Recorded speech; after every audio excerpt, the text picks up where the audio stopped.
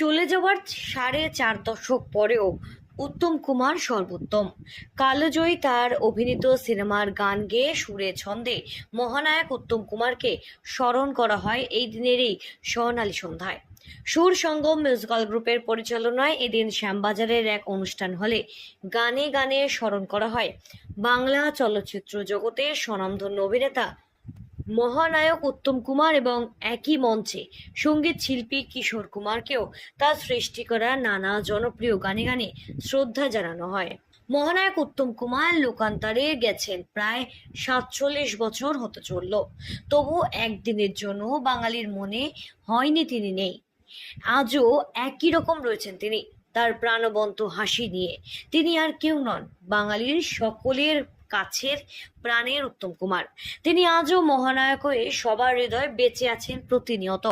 তার প্রয়াণ দিবসকে উপলক্ষ করে সঙ্গীত শিল্পী রঞ্জিত কুমার শর্মার তত্ত্বাবধানে সুর সঙ্গম মিউজিক্যাল গ্রুপের পরিচালনায় আয়োজিত এই দিনের এই অনুষ্ঠানে আবির সেনগুপ্ত এবং শ্রী সেনগুপ্তের যৌথ সঞ্চালনায় সম্পন্ন হয় গোটা এই অনুষ্ঠান, যেখানে একই মঞ্চে নামি দামি বহু সঙ্গীত শিল্পীদের উপস্থিতিতে এক স্বর্ণালী মধুময় সন্ধ্যা উপস্থাপন করা হয় অগণিত শ্রোতাদের কাছে।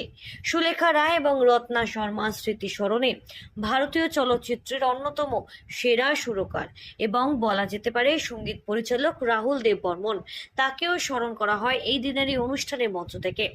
এই অনুষ্ঠানে প্রধান অতিথি হিসেবে উপস্থিত ছিলেন বিশিষ্ট সঙ্গীত শিল্পী অমিত গাঙ্গুলি, টোটন কুমার, আন্তর্জাতিক খ্যাতনামা গিটার বাদক স্বপন সেন সহ বহু সঙ্গীত শিল্পীরা। একই মঞ্চে রাজ্যের বিভিন্ন জেলা থেকে আগত বহু নবাগত শিল্পীদেরও শ্রদ্ধা জানানো হয় এবং তাদের গানেও মেতে ওঠেন উপস্থিত অতিথিরা।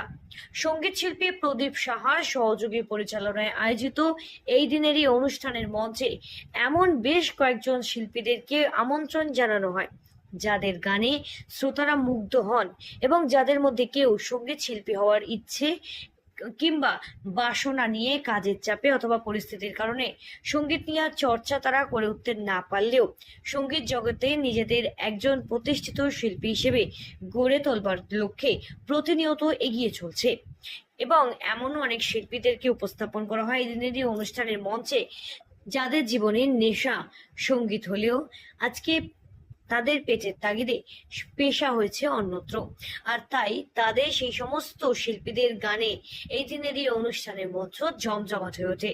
অনুষ্ঠান শেষে উপস্থিত সকল সঙ্গীত শিল্পীদের একটি করে স্মারক উপহার হিসেবে তুলে দেন এবং সম্বর্ধনা জানানো হয় উদ্যোক্তাদের পক্ষ থেকে। একবার করলাম, আমাদের সুসঙ্গম করেছে, এটা নেক্সট প্রোগ্রামই হবে। যাই হোক, আমরা অনুষ্ঠানটা করেছি আজকে খুবই ডাইহার্ড করেছি, চেষ্টা করেছি প্রথম থেকেই যাতে অনুষ্ঠানটাকে ভালোভাবে করা যায় এবং নতুন শিল্পীদের নিয়ে আমাদের এই অনুষ্ঠান এবং সাথে বেশ কিছু স্বনামধন্য গায়করাও উপস্থিত ছিলেন যারা বর্তমানে খুবই ভালো জায়গায় আছেন এবং তারাও এসছেন এই নতুন শিল্পীদের নিয়ে যে উদ্যোগ সেটাকে সাফল্যমণ্ডিত করতে, যার জন্য আমি সবাইকে সাধুবাদ দেব।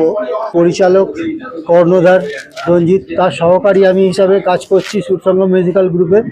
তো আজকে যে প্রোগ্রামটা হয়েছে অসাধারণ প্রোগ্রাম, আমি নিজেও একটা গান গাওয়ার সুযোগ পেলাম। যাই হোক, তো এখানে বিশিষ্ট একজন সঙ্গীত শিল্পী এসেছিলেন অমিত গাঙ্গুলি মহাশয়, তো তিনি একজন খুব পরিচিত সবার তো সেই কারণে ওনার সাথে আরও আমাদের প্রোগ্রামের মানটা অনেকটা উন্নত হয়েছে।